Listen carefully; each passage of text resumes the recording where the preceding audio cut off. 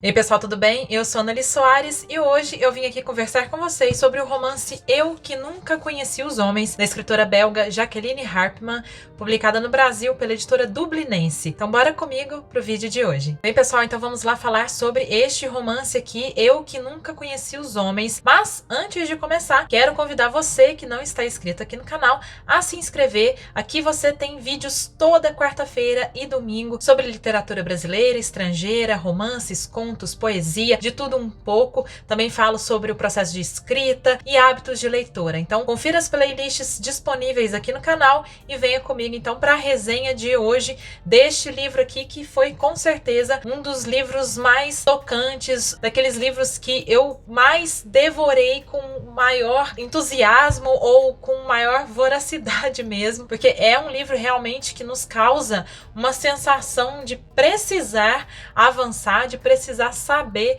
o que é que vai acontecer nos finalmentes, né? Mas enfim, foi um livro que eu gostei muito. É uma distopia, mas vejam que é uma distopia psicológica. Eu não sei se existe, né, esse tipo de classificação de gênero, mas eu vou falar dessa maneira que eu acho que descreve bastante assim o que é que você encontra neste livro. A autora aqui nos coloca numa atmosfera, num ambiente, numa situação totalmente fora, né, da nossa realidade, ou totalmente fora de uma, entre aspas, normalidade, em que 40 mulheres estão presas numa jaula, cercadas ali por todos os lados de vigias, né, de guardas homens, por muitos anos. A nossa protagonista e narradora aqui é uma criança, assim, uma adolescente, na verdade. Quando a gente começa a história, ela é uma adolescente, e a gente até pensa assim que a inocência dela, ou a falta de lembrança, a memória desta menina sobre o passado, porém depois a gente vai percebendo que essas mulheres que estão lá, né, que já são adultas, mais velhas, elas também não se recordam exatamente como foram parar neste lugar. Então há muitos anos que essas 40 mulheres, né, junto dessa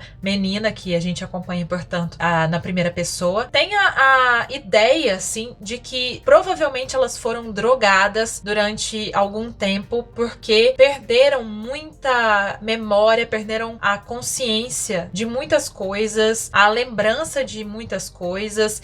E ao mesmo tempo, a gente vai percebendo que, além de uma possível droga ou uma possível tecnologia utilizada ali para fazê-las se esquecer de muita coisa, há também um aspecto um tanto mais psicológico e social que vai sendo revelado, ou a gente vai refletindo, né, ao longo dessa história, de também elas terem um trauma muito grande, né, de perderem completamente aquela vida que elas levavam. Houve um rompimento com o passado, um possível trauma realmente, né, de todas elas, para que elas então sobrevivessem, né, e conseguissem suportar esta situação. É interessante porque elas estão então presas nessa gaiola com guardas que são homens. Eles não falam entre si, eles não falam com elas, e elas não podem se tocar, elas não podem manusear alguns tipos de objetos que são considerados perigosos, porque, pelo que a nossa protagonista, que é chamada de Pequena, diz, né, houve já uma das mulheres em que em algum momento, assim, né, há muitos anos, tinha tentado se matar, mas no mesmo momento em que ela conseguiu, os guardas chicotearam e impediram que isso acontecesse. Então elas não têm acesso a facas muito cortantes, elas não têm acesso a isso e aquilo, e ficam então presas nesse lugar sem poder ter essa troca de pele. Elas podem conversar, elas não podem demonstrar uma emoção muito extrema, então, por exemplo, brigas, ou mesmo alegria, ou mesmo riso, ou uma conversa que pareça estranha para os guardas, elas são cortadas. Essa atmosfera de aprisionamento, até de sufoco, é a atmosfera em que esta menina cresce. Então é interessante a gente ver como ela vai quando crescendo e amadurecendo e percebendo, né, ela vai se diferenciando destas outras mulheres por muitas coisas, por essa ambiência, né, pela falta de socialização, pela falta de contato e de afeto, realmente assim, corporal. Então ela é tão reprimida, né? A existência dela é de uma maneira tão não socializada que, por exemplo, ela não menstrua, né? Ela tem essa condição física que foi com certeza afetada por aquele ambiente, por aquele amadurecimento que é diferente daquelas outras mulheres que apareceram e foram levadas ali já numa certa maturidade, né? Com 20 e poucos, 20 e tantos, 30 ou até mais. Tem algumas que são mais velhas, né? E elas não sabem por que estão ali. Em nenhum momento isso é explicado para elas. Elas não sabem por que a pequena também está ali. Tem um momento ali que elas até falam assim, a gente achou que foi um erro você ter vindo pra cá, mas que de repente talvez eles não quiseram arrumar isso para não dar uma informação a mais. Então, o que falta a elas é a completa informação, assim, é o sentido daquilo, né? Já que não há outras pessoas que não os guardas que as visitam, elas não têm informação do lado de fora e elas não sabem nem ao menos se elas vivem período de 24 horas ou se aquele dia que elas vivem é totalmente artificial e é totalmente, assim, manipulado por essas pessoas que teoricamente estão do lado de fora, prendendo-as, né, naquele lugar. E assim, elas vão vivendo com esta falta de sentido. Então, portanto, assim, as pequenas coisinhas, como por exemplo a refeição do dia, que é sempre muito igual e que é dada ali pelos guardas, né, que passam pela jaula alguns poucos legumes, alguns pedaços de carne. Então elas ficam ali discutindo o que vão fazer, como vão fazer, e a pequena às vezes se enche de um pouco de raiva, assim, um pouco de ojeriza em relação a esse entusiasmo, parece muito exagerado delas, com aquilo que é tão corriqueiro, que elas repetem sem cessar este fazer, né, ali da comida principalmente, ou, por exemplo, das roupas, não são dadas linhas e agulhas a elas, então a partir de um momento elas descobrem e começam a costurar com fios de cabelo ali enrolados. Então elas tentam dar um jeito naquela existência, né, delas, mantendo, portanto, um mínimo possível de, entre aspas, de civilidade. Então elas, por exemplo, tentam se tratar muito bem sempre, com uma educação, com uma certa afetividade na linguagem que não são dadas a elas pelos guardas, pelos homens. E a pequena então vai observando ao longo dos anos, né, todas essas questões assim que são as únicas que ela tem referência. Então aqueles são os únicos homens que ela conhece. Ela não sabe o que é muita coisa. Então objetos com que ela não tem contato, ela desconhece completamente, ela não sabe o que é, né? Então ela ouve falar de algumas coisas, poucas, porque essas mulheres se recusam a relembrar o passado ou a tratar de alguns temas, por exemplo, das famílias que elas tinham, dos filhos, ou mesmo do cotidiano, com alguns pequenos luxos, como por exemplo, banho de água quente, ou até mesmo um grande luxo chamado privacidade.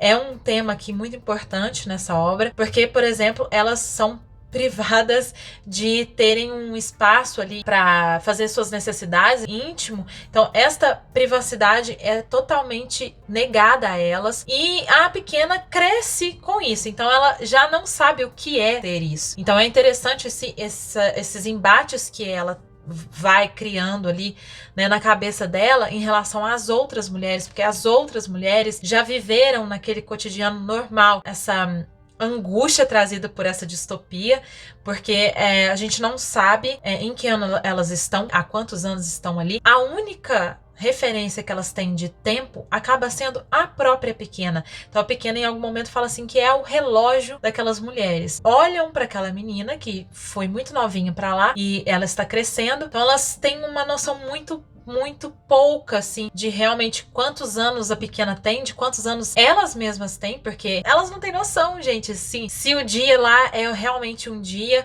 ou são poucas horas, elas perdem a noção de tempo. Então, o tempo também é outra temática aqui. Essa noção, né, essa capacidade de perceber o tempo, eu me peguei pensando muito sobre isso, de como que também isso nos faz humanos. Aliás, eu acho que a grande pergunta que esse livro nos aponta é: o que é ser humano? O que é ser mulher? São duas interrogações que permanecem aqui o tempo todo, né? Que são levantadas e que permanecem mesmo depois do fim. Ser humano é estar em sociedade, ser humano é ter uma noção de individualidade e de alteridade. Ser humano é ter regras, é ter objetivos, é viver em sociedade, é ser social. Aquilo ali em que elas viviam é uma sociedade?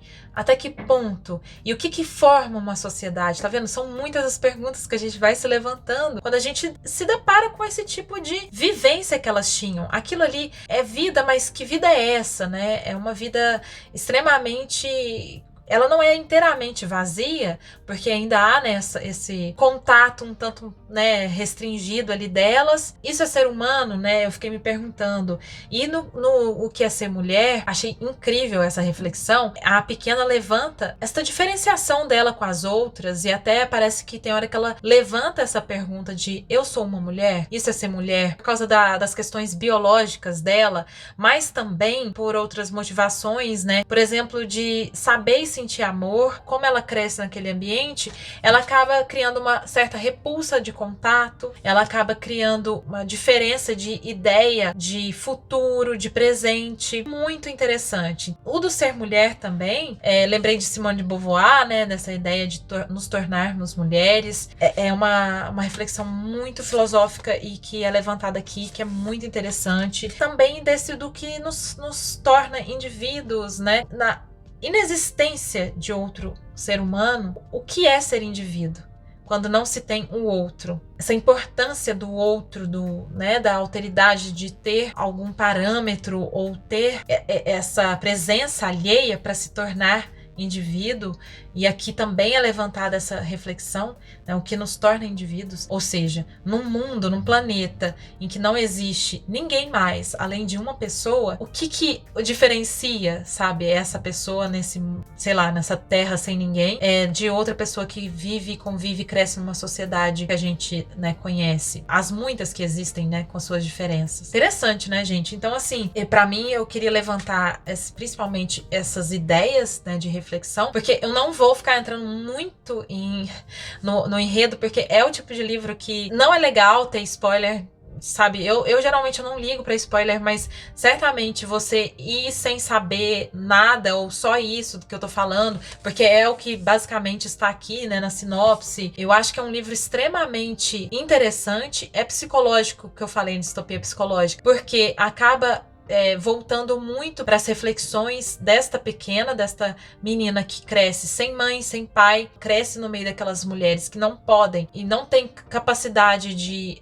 aconchegarem ela, o corpo dela, e também de educá-la. Elas até tentam em algum momento, depois que ela cresce, ela cobra isso de algumas mulheres mais próximas dela. Elas falam que tentaram ali em algum momento alfabetizá-la, por exemplo, ensinar matemática. Ela sabe um pouco, mas aí com esta curiosidade, isso que eu acho bonito também, que eu acho que a curiosidade, uma característica da pequena e que também é muito humana e é muito importante para que tudo que acontece depois se desenvolva, né? Mas a curiosidade dela leva a pequena a fazer perguntas. Então, olha a importância de se fazer perguntas, a importância de questionar. Acho que aqui a autora levanta esta bandeira, assim, né? Questionar aquilo que nos é imposto e não aceitar aquilo como normal.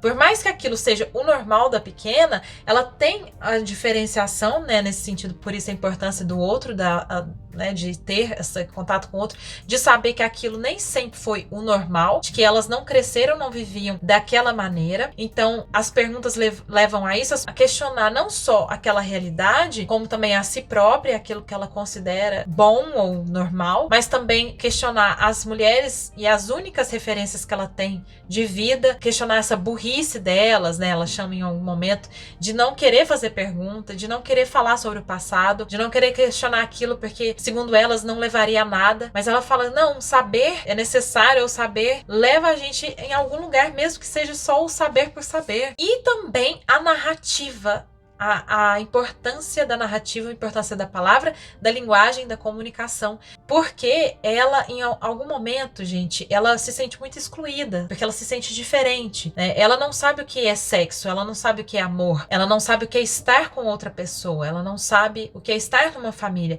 Então, quando as mulheres, o pouco que elas falam daquele passado, elas cochicham e tudo, quando elas percebem a pequena por perto, elas se censuram, elas param, né? Porque elas pensam, bom, você nunca vai saber o que é isso, então não tem pra que você saber. Ela se revolta, né, em relação a isso, ela se sente muito excluída, até que chega um momento que ela fala: então, se eu não posso participar disso, eu preciso criar algo que é só meu. Daí a individualidade também, né? Daí que vem essa, por isso que eu falei, essa reflexão do que é ser indivíduo. E aí ela cria a narrativa, que ela começa a pensar em um guarda mais novo que tem lá. Ela começa a reparar nele e tal. Causa um sentimento, um arrebatamento, né?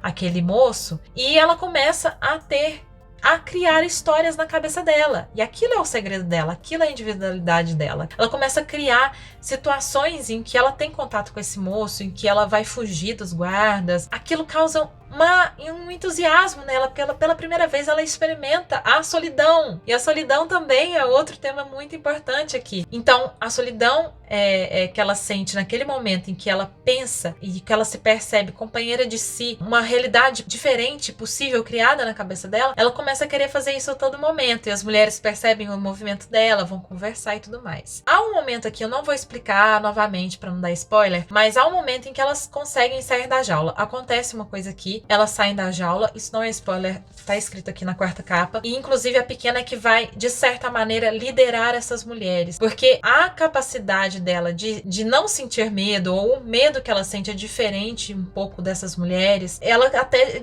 então, de certa maneira, ela consegue liderar essas mulheres para esta nova vida. A gente fica se perguntando se é uma liberdade ou isso ainda é um aprisionamento, porque a vida delas tem esse vazio de sentido, e eu acho que isso é realmente uma reflexão muito bonita que a autora levanta aqui, pelo menos eu me fiz, de como que a gente precisa desta criação, dessa dimensão de sentido de vida. Isso daí a gente sabe, a filosofia, ela já fala disso há milhares de anos, as religiões, de certa maneira, né, também de um sentido de vida que vai ser diferente em né, filosofias diferentes, em religiões diferentes para cada pessoa, porém também como sociedade, como humanidade, culturalmente, então tudo isso, né, que vai nos tornando humanos, a gente vai criando ou a gente vai recebendo, né, herdando alguns sentidos de vida que, inclusive, ao longo dos anos, com a evolução da sociedade, né, a mudança da sociedade, esses sentidos de vida vão sendo também modificados, né? Alguns sentidos eu acho que permanecem, né, ao longo do tempo, mas a gente precisa, né? A gente cria esse sentido da vida. E mesmo aqueles filósofos que levantam, né, a não existência de sentido, realmente que a vida é um absurdo, né, como o Camus ou no existencialismo, né, existe essa criação de reflexão que, de certa maneira, é um próprio sentido, né? A vida colocada ali para ser questionada ou pensada, enfim. Enfim, é uma reflexão muito profunda, mas é por isso que eu considerei esse livro, gente, maravilhoso demais, porque ele é extremamente fluido, com uma linguagem super acessível, super bem trabalhada, simples, eu detesto usar essa palavra, mas é só pela clareza mesmo da linguagem. Inclusive, eu esqueci de dizer que a tradução do livro é pelo Diego Grando, tá? Que eu gosto de falar o tradutor. Então, é uma linguagem super acessível, é uma história que acontece de maneira que é bem até linear, assim. Tem alguns tipos de flashback, mas é mais em diálogos, pela lembrança dessas mulheres ou pela reflexão da pequena. Elas na jaula, depois elas fora da jaula e o passar dos anos, a gente acompanhando a pequena e essas outras mulheres. Mas, assim, é um livro super filosófico, é um livro que nos leva, assim, a pensar muito sobre questões sociais, culturais, filosóficas, psicológicas. É muito completo, assim, é muito bonito. Uma coisa também que eu queria destacar aqui nessa resenha, que já tá ficando longa, é que essa autora, a Jacqueline Harpman, ela é belga com origem judaica. Eu acho importante, e eu levei para esse sentido de interpretação, também pensar sobre as metáforas que ela utiliza, porque distopia é isso, né, gente? Distopia é uma criação de um mundo, de um tempo, ou de uma realidade retirada, né, daquela em que a gente normalmente está acostumada, ou ou vive, cria uma dimensão negativa, uma falta de perspectiva, né, em relação ao futuro.